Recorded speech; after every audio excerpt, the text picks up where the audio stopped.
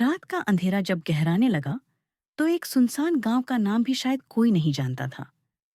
इस गांव की बहुतेरी कहानियां भले ही भुतहा और डरावनी थीं, लेकिन उनकी कहानी कभी पूरी तरह से नहीं सुनाई गई। उसी गांव के किनारे एक पुराना हवेली था जो वर्षों से वीरान खड़ी थी।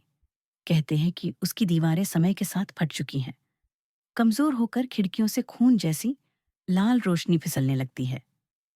महीनों पहले गांव के कुछ युवकों ने उस हवेली में घुसकर घूरते हुए कहा था कि वहां किसी अनजाने का साया रहता है, लेकिन उसका रहस्य अब तक नहीं खुला था। और आज भी जब चांद की दूधिया किरणें उस हवेली पर गिरती थीं, तो एक खौफनाक आवाज सुनाई देती थी, ऐसे मानो कोई मोहब्बत और अश्कों के बीच जूझ रहा हो।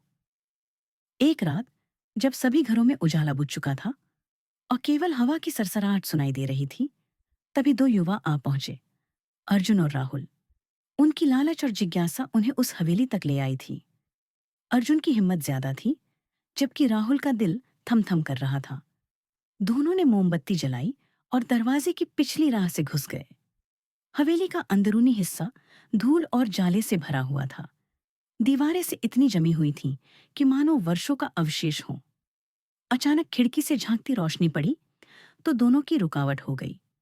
अचानक एक भटकती सी आवाज गूंज उठी, कहानी सुनो, जिंदा वही रहेंगे जो सच्चे दिल से सुनेंगे। आवाज के साथ ही हवेली में बत्ती सी जल उठी। अर्जुन का दिल तेजी से धड़कने लगा, लेकिन उसकी जिज्ञासा उसे आगे बढ़ने को मजबूर कर रही थी। वहां एक पुरानी किताब मिली जिसमें लिखा था कि यहाँ तो कई सालों से कोई नहीं रहता, सिवाय उस आत्मा के जिसकी कहानी अभी भी अधूरी रह गई है। उस आत्मा का नाम था नीलम, जो इस हवेली में अपने प्रेमी के बिना ही जीवन बिताने को मजबूर थी। उसकी अंतिम इच्छा थी कि उसकी प्रेम कहानी पूरी हो जाए। आश्चर्यचकित होकर अर्जुन ने किताब पढ़ना शुरू किया। तभी अचानक हवेली का माहौल पलट गया। दीवारें कांपने लगीं और जगह जगह से आवाजें आने लगीं। मौन सी चीखें, फुसफुसाहटें और नीलम की करुण पुकारे।